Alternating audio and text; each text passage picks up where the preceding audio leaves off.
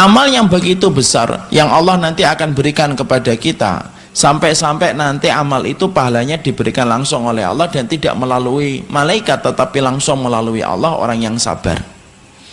Orang yang sabar itu dikatakan oleh Allah, innama yuwaffas sabiruna ajruhum bighairi hisab. Pahala orang yang sabar itu pahalanya tiada batas. Ketika Allah menyebutkan tiada batas, berarti pahalanya gede banget, Pak. Dan Allah itu sebelum mewajibkan kita sabar, Allah itu sudah mewajibkan kepada dirinya untuk sabar. Bapak tidak pernah dapatkan zat yang paling sabar di atas muka bumi ini kecuali Allah, Pak. Siapa yang memberikan testimoni itu? Rasul, Pak. Gimana hadisnya, Ustaz? Laisa hunaka syai'un asbar ala adza min Allah, fa innahum la yu'afihim wa yarzuquhum wa innahum la yat'una lahu waladun. Kamu tidak pernah dapati zat yang paling sabar kecuali Allah. Allah ngasih rezeki, Allah ngasih kenikmatan hidup kepada manusia, tapi sebagian manusia menuduh Allah itu punya anak. Padahal tuduhan Allah punya anak itu, Pak, maaf, itu tuduhan yang sangat dibenci dan dimurkai oleh Allah. Kalau kata-kata itu dibebankan ke langit, langit lapis 7 itu pecah berantakan. Karena saking beratnya kata-kata itu di hadapan Allah. Allah paling tidak suka kalau dituduh punya anak. Tapi orang yang menuduh Allah punya anak tetap dikasih rezeki sama Allah. Saking sabarnya Allah. Allah pun sabar kan sama kita, Pak. Kita maksiat siang dikasih kenikmatan, kita membalasnya maksiat di waktu sore. Kita dikasih nikmat sore, kita membalas dengan kemaksiatan di waktu malam. Tapi Allah tidak pernah menghentikan laju kenikmatan yang Allah berikan kepada kita saking sabarnya Allah. Makanya saking senangnya Allah dengan sabar, bukan hanya Allah memberikan pahala yang begitu besar sampai Allah nanti yang memberikan langsung, sampai Allah mengulang kata sabar di dalam Al-Quran itu paling banyak. Bahkan kata syukur aja kalah dengan kata sabar ketika diulang oleh Allah. Kita tahu berapa kali Allah mengulang kata sabar di dalam Al-Quran? Imam Ahmad mengatakan 90 kali Allah mengulang kata sabar di dalam Al-Quran. Kenapa? Saking senangnya Allah kepada orang yang sabar, Pak. Makanya sampai para ulama mengatakan as-sabru fil imani kamasali ra'si fil jasad. Kedudukan sabar dalam kehidupan ini sebagaimana kedudukan kepala dalam tubuh. Kalau kedudukan kepala itu kan paling urgen vital, Pak. Orang boleh kehilangan tangan, hidup terus berlanjut. Mana tangannya, Pak? Kecelakaan kerja. Mana kakinya? Tidak ada, kecelakaan kerja. Tapi kalau kehilangan kepala, selesai. Tidak mungkin kan ditanya, mana kepalanya, Pak? Lagi di belakang dicas. Tidak mungkin, Pak. Selesai urusan kehidupan kalau sudah kehilangan kepala. Makanya sabar itu, samudra kehidupan ini tidak bisa dilewati kecuali orang yang sabar. Makanya Bapak tahu, nanti orang kalau masuk surga ada opening ceremony-nya, Pak. Karena ternyata pintu surga itu jumlahnya ada 8. Orang kalau akan masuk surga itu, surga sekarang itu ketutup, Pak. Kecuali di bulan Ramadan dibuka sementara waktu. Kalau sudah nggak Ramadan ditutup. 8 pintu surga, 1 pintu dengan pintu 40 tahun perjalanan. Nanti orang ketika masuk surga ada seremoninya. Sebelumnya, siapa yang mengetuk pintu surga pertama kali? Rasul. Ditanya sama khazin, khazin itu penjaga surga. Mana anta? Siapa kamu? Ana Muhammad bin Abdillah, saya Muhammad bin Abdillah, khatamun nabiyyin wal mursalin, penutup para nabi dan para rasul. Penjaga itu berkata, ya Rasulullah, aku tidak boleh membuka pintu surga ini sebelum engkau yang pertama kali mengetuknya. Dibuka pintu surga. Makanya Nabi mengatakan apa? Wal ya'tiyanna 'alaiha yaumun wa hiya kadidun minazyam. Akan datang satu hari pintu surga itu rame, Pak. Sekarang itu sepi pintu surga.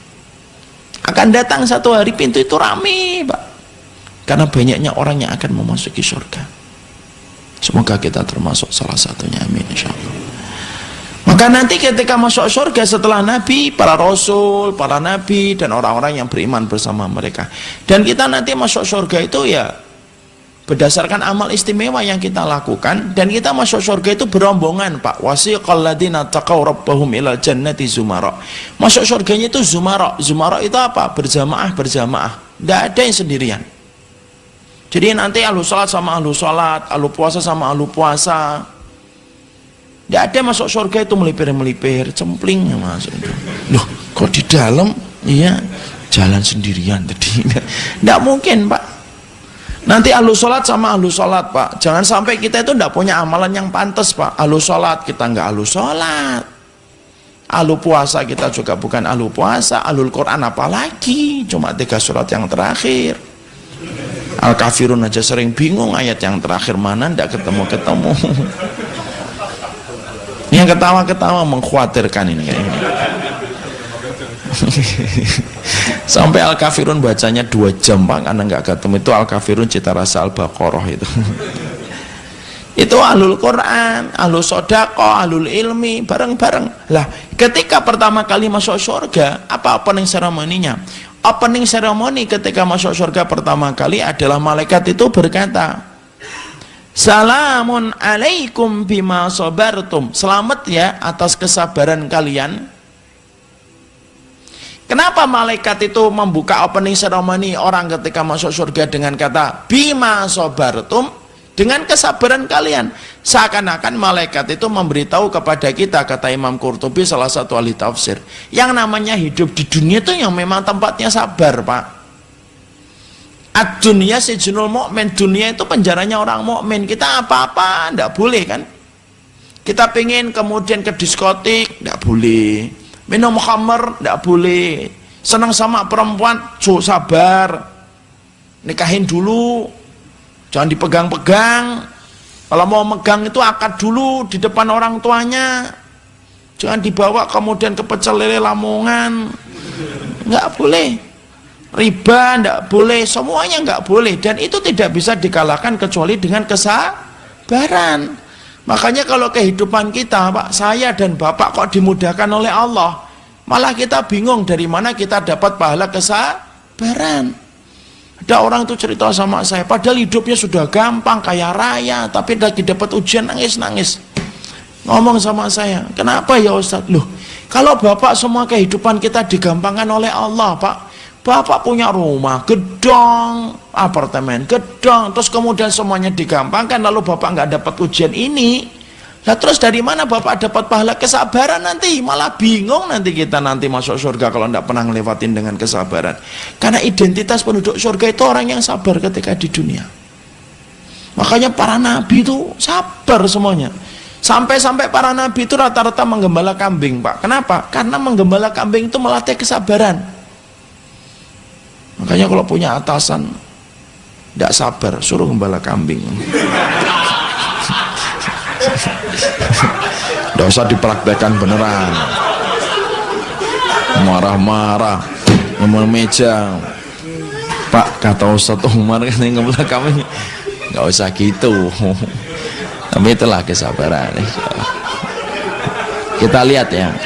Kita lihat tahun depan di Wika ini siapa yang menggembala kambing. Itu yang kedua.